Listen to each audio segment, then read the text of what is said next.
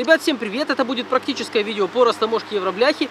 Не буду тянуть долго резину. Все знаете прекрасно, что вступил в силу новый закон, который позволяет растаможить. Очень много в интернете ходит информации. Кто-то говорит, что надо платить кому-то по 450 евро, чтобы сделали это под ключ. Кто-то говорит, что надо платить 8,5 тысяч гривен какого-то добровольного взноса. Кто-то говорит о том, что в принципе там какие-то заоблачные цены по растаможке. Не буду я комментировать все эти слухи. Мы просто возьмем евробляху, классическую, литовский автомобиль, который мы сейчас прямо отправимся в таможню и попробуем растаможить. Расскажу вам всю историю про этот автомобиль, и вы наглядно увидите, сколько что стоит, как все проходит, как это делаю я, и как можете это сделать вы, при этом никому не платив. Поехали!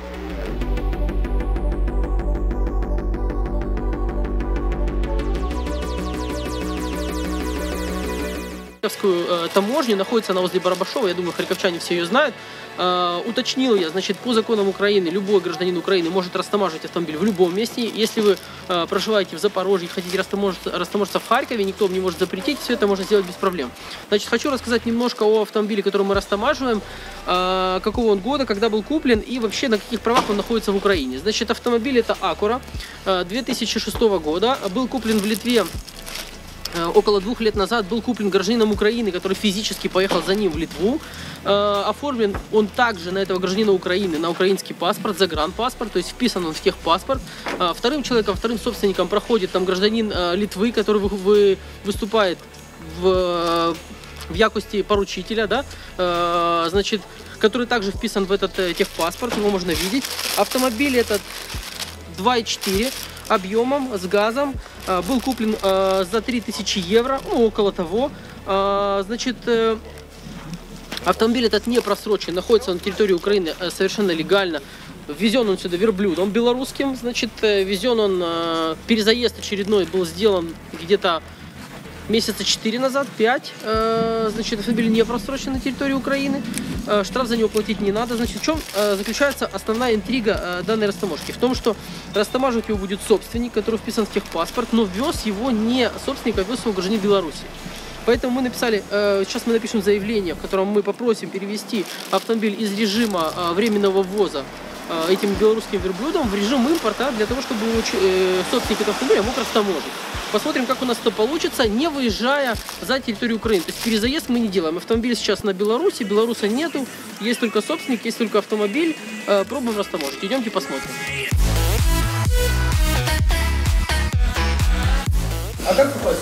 Не попадешь ты никак туда. Вот здесь пишет. Да. Сесть. А там терминал, не стало. Значит, история такая. Для того, чтобы не ехать на границу и не вывозить автомобиль, так как он был ввезен гражданином Беларуси, которого здесь нет по факту, от имени владельца мы пишем заявление, в котором мы просим таможню рассмотреть возможность без уплаты штрафа перевести машину из одного режима, это временный ввоз, в режим растаможки. То есть для того, чтобы можно было растаможить на человека.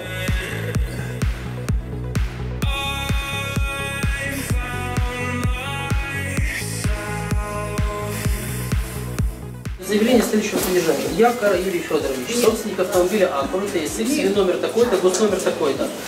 Данный автомобиль был ввезен на территорию Украины в режиме временного ввоза такого-то числа гражданина Беларуси, имя, фамилия гражданина Беларуси, паспортные данные, так как данный гражданин находится за пределами Украины и не имеет возможности выполнить въезд на территорию Украины, прошу перевести режим ввоза данного автомобиля с временного режима в режим импорта для возможности уплаты налога и растаможки данного автомобиля на территории Украины на меня. Во избежание уплаты штрафа за просроченный режим временного ввоза прошу рассмотреть мое заявление безотлагательно. Фамилия, имя, число, подпись. Иди отпишись. Идем к начальнику.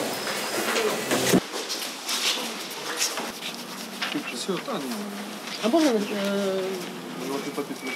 Да, я хотел за показать. рулем только хозяин. Хорошо, а можно на секундочку? Нет. В смысле нет? Посмотреть можно это или нет? Зачем ее смотреть? Что подписали? Да я вам отдам-то, в чем проблема? Это документ. Ну так документ, а что проблема? Вот бред, а? Больной на голову. Значит, документ руководством был подписан, были поставлены печати, но почему-то таможенники этот документ не показывают с печатью, но нам удовлетворили просьбу, чтобы поменять режим нахождения машины на Украине. То есть сейчас с временного ввоза ее перевели в режим растаможки, импорта, в режим импорта. Сейчас мы заезжаем в терминал таможенный и пробуем растаможить ее.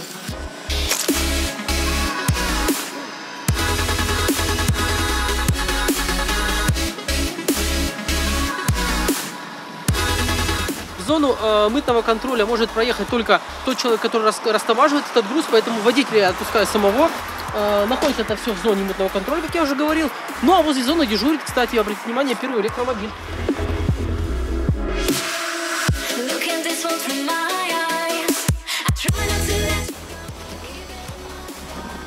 Здравствуйте. Ну что? Сказали, пусть стоит вот так, а не вот так. Понятно. Ставили, переставили. Дали бумажки какие-то? Ну, пропуска только. Так, машину мы поставили в зону доставки. Сейчас мы отдаем документы по ней с пропусками. И начинаем процесс. Если, конечно, что-то выйдет. Может, никого дома нет? Здравствуйте. А есть кто-нибудь дома? Что? Дома, говорю, есть кто-нибудь? А по какому вопросу? По вопросу растаможки, по какому к вам еще приходят? Сова, открывай, медведь пришел. По какому вопросу можно прийти в таможню, интересно? Закрыто? Закрыто? Да, я понял. Как в аптеке, я знаю наркоманов, чтобы они ночью аптеки не взломали. Здравствуйте. День. А вам документы отдавать? К инспектору, который выйдет. Так вы вроде инспектор, который вышел. Вы другой инспектор, уходящий. Ладно, подождем приходящего. Кто сказал же, что? Сейчас еще раз. Здравствуйте. Вам документы отдавать? Вы инспектор, который вышел. Сколько должно выйти инспекторов? Сейчас, наверное, все выйдут. Просто у нас у каждого свои обязанности. Да, я знаю. У каждого свои обязанности и оплата. Да. Скажите, пожалуйста, выйдет кто-нибудь или нет? Ожидайте, инспектор освободится к вам. Так два уже вышло. Она даже не договаривает. Она просто и к вам, и все. Что ко мне он? Инспектор, который вас проконсультирует. Да мне не надо консультация, мне надо доставку закрыть. Я вас могу сам проконсультировать. Откройте. Она думает, я вашу фотографию подложил вот так вот и пытаюсь зайти. Здрасте. Говорит, как говорит Петр Порошенко, говорит, не переживайте, никакого ажиотажа не будет. Таможня будет работать, если надо, 24 часа в сутки. Ни один из граждан не останется без внимания. Да? Ну как-то так. На переходе сейчас стоят уже 5 сутки. Да? Так это же... Фуры. Так это же говорит, Никто что... не остался без... Никто, там всех Здесь обелечивают. у всех внимание, ко всем внимание. Ни туалета, ни кафе. Стоят все Это тут на Гоптовке, да? дороге, да. А вот, ну, На Роптер? Да. А вмятины видели, какие люди стучали? Посмотри. Это дзёбом кто-то уже ломился. Давайте поэтапно. Это регистрационный. Это пропуск. Два надо пропуска. Один пропуск. Все, что еще надо? Паспорт. Код есть. Угу. Ждем. Нет, это не вы. Кто сдавал? Да я не да я. Да, Спасибо большое. Все, теперь мы идем к брокеру. Значит, ребята, получили мы документы от таможни, закрыли мы доставку автомобиля в зону мытного контроля. После этого мы можем отправляться к брокеру, либо самостоятельно в твердом виде подавать декларацию, чем мы сейчас и займемся. Идем, подаем предварительную декларацию, нам выписывают счет на оплату, платим и вперед. Пазл сложится. Да, пазл сложится, когда вы счастливые будете ездить на Украинских номерах, да. 2,4. 2,4. 2,354. Извините, у нас тут Всё правильно. ровно есть. Бензин, да? Да. Что нас очень интересно. Газ на ней есть, но это даже не имеет значения. Это сертификация уже. Угу. Будешь Так, снимать. вот.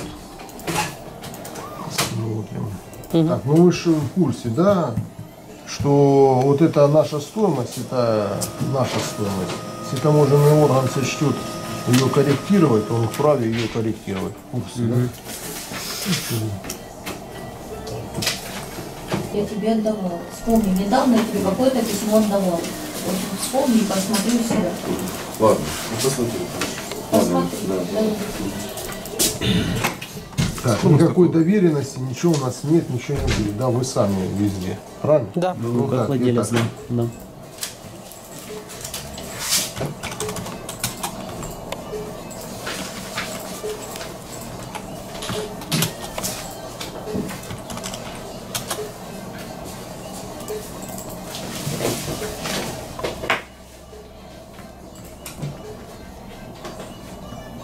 Ну вот.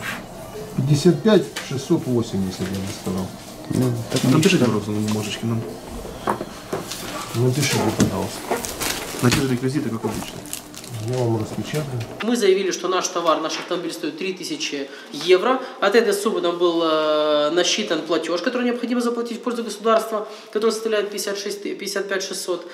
Сейчас мы едем, платим, привозим квитанцию. После этого таможня делает свою экспертизу и оценивает, действительно ли эта машина стоит 3000, либо, по их мнению, она стоит дороже, и мы вынуждены будем ехать еще раз доплачивать.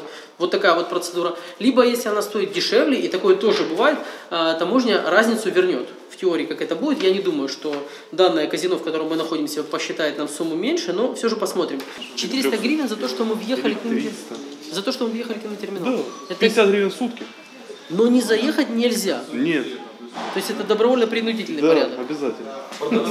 Что это такое? А как это? То есть тебе надо сложить машину? Я смотрю тебя всегда на канале. Красавчик, вообще разрываешь. Как так может быть? 400 гривен просто за то, что мы... Это дорогая стоянка в сутки. Так Нет, ты что, это же товариство, это ж не... это не это можно. Это не таможня. Это частная А если ты не хочешь? Посмотри, вон, платежи товариству. Где он? Где-то в другом месте. Вот, ну, Вот. Гранд-Винд, видишь? Гранд-Винд какой-то открыл свою стояночку и типа увеличивает. Ты видел, сколько машин тут стоит? Хорошо, если мы не оплатим это? не выйдешь. Без печати не выйдешь. Без печати таможни. Да, нет, оплачено. Это будет отдельная тема для сюжета.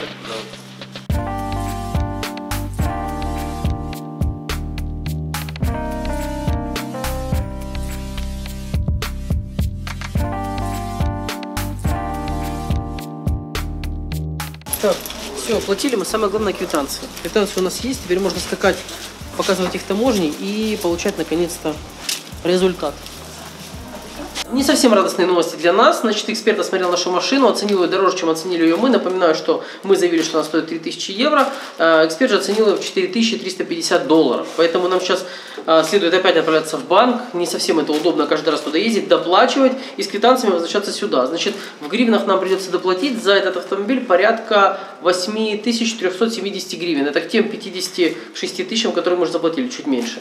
Поэтому в банк и опять сюда. Никуда не деться, такая процедура у таможни дурацкая, что сначала вы должны сами заявить, во сколько вы оцените свою машину, они получат с этой суммы платеж, а потом они сами проводят проверку, оценивают по-своему и говорят нам, что надо доплатить, либо возвращают деньги. Поэтому второй раз мы уже идем в банк, и я надеюсь, это последний.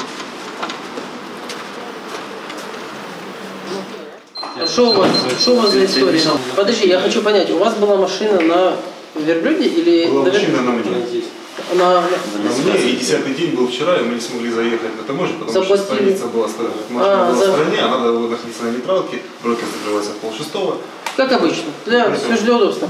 И вы просрочили один день, заплатили штраф за один день. Ничего не заплатил, получил предписание о том, что я заплачу 170 гривен. Да. 170 тысяч. А машина до этого Была была... на транзите на нем. Но он как бы, как тебе сказать? Она была на временном ввозе? Когда-то была, была, когда-то когда- давно, месяца 2 назад, она была в Беларуси, потом заехала на меня. Вот, я Он понял. 10 дневки катался, да. И что, вы сейчас только пришли, вы еще ничего не подавали? Ничего. Интересно, по поводу штрафа 8500, тоже есть такая история, как добровольный внесок. Да, есть. 8500. У вас машина не просроченная. То есть, по идее, вы платить этот штраф не должны. Не должны. Если, смотри, потерялся там, ну, как бы верблюд, 8,5, если плюс еще просрочено, То есть, 8,5.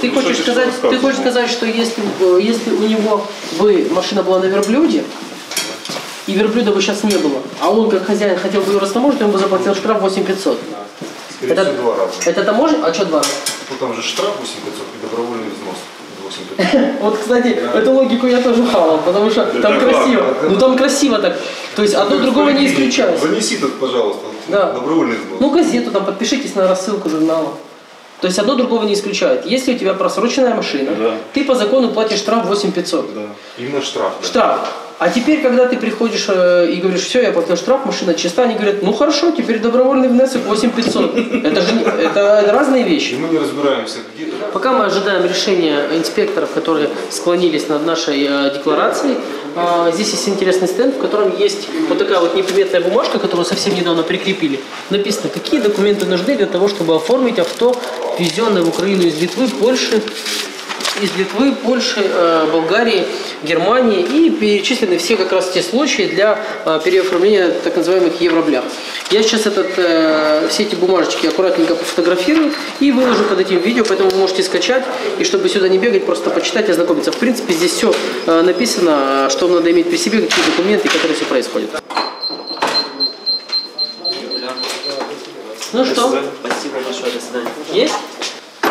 Да? Ребят, все, поздравляйте меня. Поздравляем. Красава.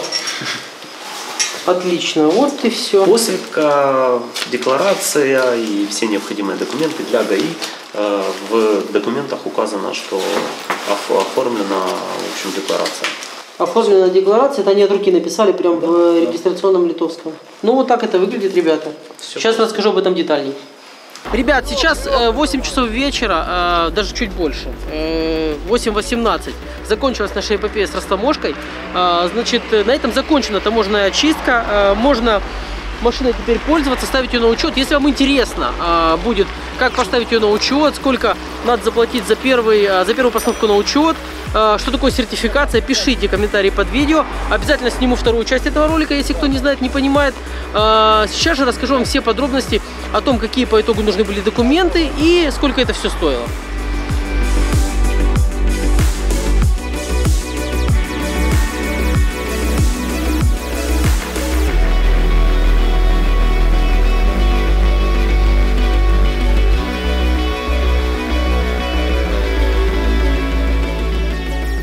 Теперь обо всем по порядку. Что нам понадобилось для того, чтобы поставить машину на учет?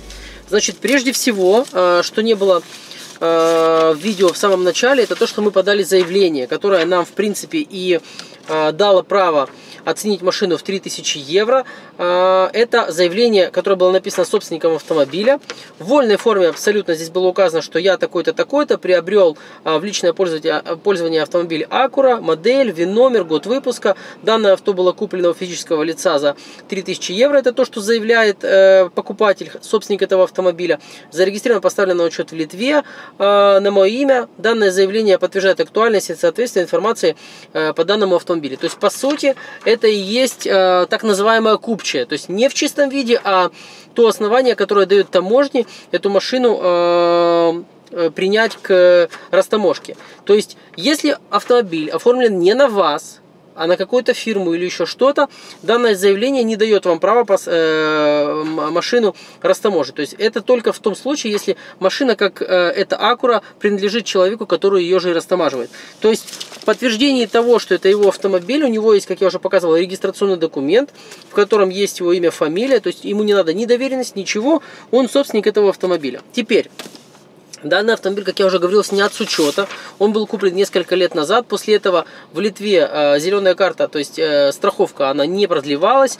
Через определенное время, там полгода, по-моему, автомобиль снялся автоматически с учета. Сейчас же это не происходит автоматически. Уже, по-моему, с конца 2017 года автомобили не имеют срока регистрации и продолжают быть всегда на учете. Этот же автомобиль был давным-давно снят с учета, что, в принципе, и сыграло на руку. Не надо было дополнительно никаких манипуляций в Литве, чтобы снять его с учета. Достаточно было просто зайти на сайт Регитры, открытый абсолютно доступ, вбить данные, ВИН-код, номер автомобиля и получить вот такую вот бумажку. Эту бумажку сегодня я специально распечатал вам в более качественном виде. В таможне мы же отдали просто фотографию телефоном, которую мы сделали с экрана монитора. То есть вы можете это видеть сейчас. даже на русский специально ее мне Chrome перевел в автоматическом режиме. Здесь, в принципе, вся информация изложена по автомобилю, и видно, что автомобиль, статус регистрации вышел. Участие в общественном транспорте запрещено. То есть передвигаться на автомобиле, в принципе, уже нельзя было ни в Литве, ни по-хорошему в Украине. Автомобиль давным-давно снят с учета.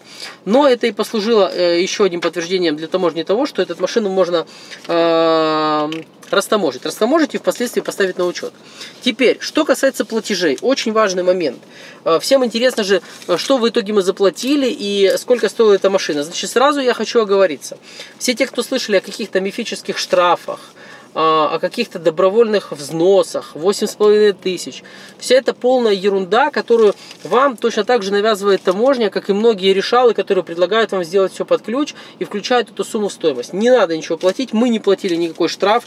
Машина наша, еще раз повторяю, не была просрочена. Она была завезена сюда белорусом, которого просто не было физически в стране, его и сейчас нету. Поэтому штраф нам не за что было платить, закон никакой эта машина не нарушала. Сроки нахождения в Украине она не нарушала. Теперь заплатили, значит, по чекам. Эти чеки вы сейчас будете видеть. Первый чек на сумму 250 гривен. 250 гривен это вот это чудо-услуга, от которой вы не можете отказаться. Это нахождение автомобиля на вот этой стоянке, где, собственно, проходил осмотр экспертом этого автомобиля. То есть 250 гривен, хотите не хотите, платить пришлось. Хотя это тоже вопрос спорный, с которым я бы потягался, будь побольше времени. Теперь следующий платеж на сумму 55 680 гривен. Этот платеж, который мы заплатили самый первый, мы оценили автомобиль в 3000 евро, и мы с этой суммы пошли и заплатили сразу деньги в банк по расчету, по которому нам дал компьютер, выдал компьютер, программа. Теперь, после того, как мы это оплатили, подали предварительную декларацию, таможня послала своего эксперта по своим данным, там, по книгам, по, не знаю, там, по сайтам, по информации, они пришли к выводу, что машина эта стоит дороже, оценили ее буквально в гривнах 122 635 гривен они ее оценили, и нам пришлось еще доплатить, об этом свидетельствует второй чек, 8370 гривен, доплатить. То есть общая сумма составила, получается, это 8 тысяч, это 55 680 и 8370. Это все, что мы заплатили таможне, плюс 250 гривен. Больше ничего. Никаких штрафов, никаких добровольных взносов. Еще раз повторяю, это полная чушь. Теперь, что касается других случаев. У многих из вас существуют машины, которые стоят на каком-то предприятии. Хорошо, если вы покупали у кого-то, у кого вы знаете, и вы знаете, что эта фирма до сих пор живая в Литве или где-либо еще, и вы можете связаться с этими людьми и попросить снять этот автомобиль с учета. Либо же он у вас уже снят с учета, это тоже очень хорошо. Если снят, ну то есть вам не надо делать дополнительные манипуляции. То есть люди, которые владеют этой фирмой, они могут сделать вам купчую. Купчая, еще раз, у меня ее, к сожалению, нету показать. Ребята, которые были в таможне, параллельно попытались растаможить, у них была эта купчая. Это просто обычная А4 бумажка, которая без печати, без ничего, от руки заполненная, графы, просто что такой-то, такой-то продал такому-то, такому-то. Все, эти бумажки таможня принимает. В принципе, если у вас автомобиль даже везен на верблюде, которого нету, который ее не вывез, но у вас есть купчая на этот автомобиль, вы его можете по закону растаможить. Я вам показал как, что для этого надо, какие заявления. Заявления абсолютно я писал в свободном режиме, от руки, подписывал их хозяин автомобиля. Все, ничего, 7 пядей во лбу не надо иметь. Что касается вопросов, можно ли сделать это без брокера, сколько надо платить брокеру, значит, в данном конкретном случае я растамаживал автомобиль со специалистами компании Автоэнтерпрайз, которые занимаются ежедневно растаможкой автомобилей, которых привезли, я не знаю, сколько сюда уже тысяч, с Америки, с Европы. Абсолютно никакой разницы не имеет, откуда машина приехала для процедуры таможенной очистки. Поэтому в данном случае все это делалось силами компании. Сколько будет стоить ваш брокер, я не знаю. Но я вас уверяю, что при большом желании, если вы хотите разобраться в этом вопросе и не хотите платить лишних денег, вы можете растаможить автомобиль сами без брокера. Для этого достаточно подать декларацию в твердом виде. Что такое твердый вид и подача его на таможню? Я это показывал подробно подобно в ситуации по Одесской таможне. То есть там я именно подавал декларацию лично, сам, как физическое лицо, в твердом виде. Для этого надо специальный бланк. Если вы загуглите, где купить бланк для импорта 40, вы найдете, где можно это купить. Есть куча мануалов в интернете, не поленитесь, если вы не хотите платить брокеру. Все воют, вот брокеры стоят куча денег, кто сколько берет, кто $50, кто 100, кто 200, кто 300. То есть у кого какая фантазия. Не хотите платить брокерам, не платите, не поленитесь, залезете в интернет, найдите эти бланки, заполните их от руки, специально есть форма, есть мануалы, приходите на таможню, собираете те документы, которые я вам сказал, в твердом виде подаете, никто не имеет права вам отказать, таможня обязана это принять и рассмотреть.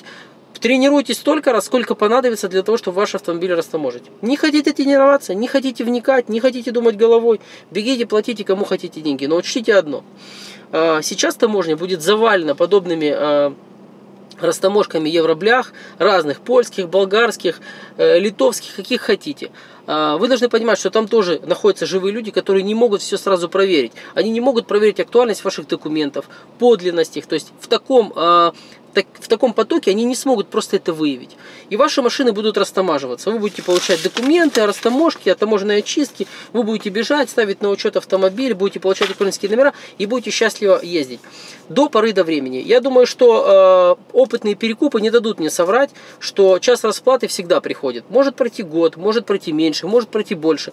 Тогда, когда вашими документами заинтересуются в порядке очереди те же таможенные органы, либо какие-то другие проверяющие органы, которые дойдут до момента того, что часть ваших документов, которые вы предъявили к таможенной очистке, является липой, что ваша купчая, она написана от руки кем-то на коленках, что фирмы такой нету, что на момент, когда вам выдавалась эта купчая или еще что-то, фирма была закрыта или еще что-то. Все это, поверьте мне, не так сложно для таможни поднять при желании. А делать они это будут, потому что сейчас государство на первом этапе получает с вас деньги, они получают с вас вот эти 8500 штрафов, вот эти вот $200-300, которые мы заплатили за растаможку. То есть это колоссальные деньги в бюджет. Все это прекрасно понимают. Сейчас они получат первую волну этих денег, а потом начнется вторая волна денег, когда начнутся проверки, проверка адекватности документов, которые были поданы, будут заводиться уголовные дела, объединяться их вместе. То есть понятно, что никто на вас уголовное дело на персонально одного человека не заведет. Это будет объединяться какими-то группами от каких-то фирм и будут вас кошмарить по кругу, будут отзывать ваши растаможки и прочее.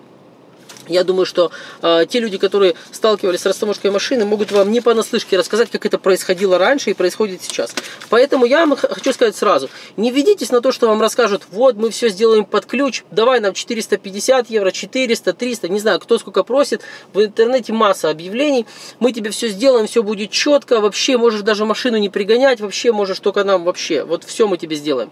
Да, вам сделают, я еще раз говорю, да, растаможка может пройти, но вы должны понимать, что расплачиваться вы будете в 2 раза дороже потом, и проблем вы не оберетесь. Самое важное, что я хочу сказать в итоге и конце. Я говорил это тогда, когда рассказывал о том, как привезти авто на еврономерах в Украину. Этот ролик можно найти у меня на канале. В конце ролика я тоже к вам обращался и обращал внимание на то, что, ребята, если вы хотите ездить на автомобиле на европейской регистрации, при этом не нарушать никакой закон, не бояться, что у вас этот автомобиль заберут, пожалуйста, вникните, пересмотрите несколько раз, что я вам говорю. Я вам говорю это и сейчас. Очень важно, чтобы вы понимали все процессы того, как ваш автомобиль растамаживается. Не надо иметь 7 пядей во лбу. Нет в этом ничего сложного. Достаточно посидеть один день в интернете, почитать, послушать, сходить на таможню, самостоятельно спросить, заполнить документы, один раз пройти вот этот круг, и вы будете знать лучше любого решала, как это сделать. От себя хочу сказать, что я не занимаюсь растаможкой автомобилей. Я к этому не имею никакого отношения. Не просите меня помочь вам растаможить автомобиль. Я не буду ни с кем ходить. Это был показательный случай. Я вам показал, что это возможно, что это да, работает. Это прецедент. У меня есть автомобиль растаможенный, без всяких штрафов, без присутствия верблюда на территории Украины. Это все возможно. И вам это возможно точно так же, потому что таможня приняла все эти документы и растаможила их в законном порядке, без махинаций, без каких-либо решал, без каких-либо взяток. Поэтому пробуйте. Если вы хотите проконсультироваться по какому-то поводу, не надо писать мне в Инстаграм, либо на почту. Я под этим видео оставлю вам электронный адрес и номер телефона тех людей, которые консультировали меня и которые помогали, этим занимаются.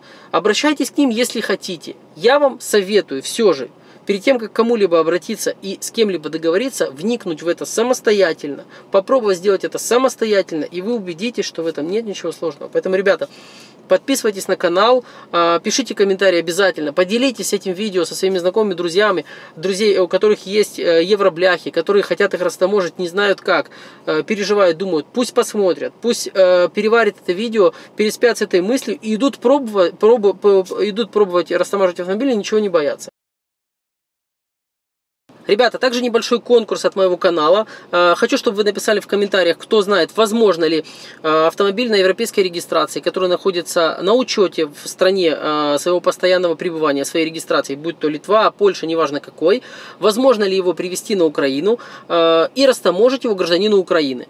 По доверенности, либо по правам собственности другим, неважно. И продолжать им пользоваться на территории Украины, на родной регистрации той страны, где он стоит на учете, будь то Литва или Польша, на абсолютно законных основаниях перемещаться по Украине с этими номерами бесконечно, без перезаездов и прочей ерунды. Кто знает ответы, пишите. Кто правильно ответит, тот получит от меня приз.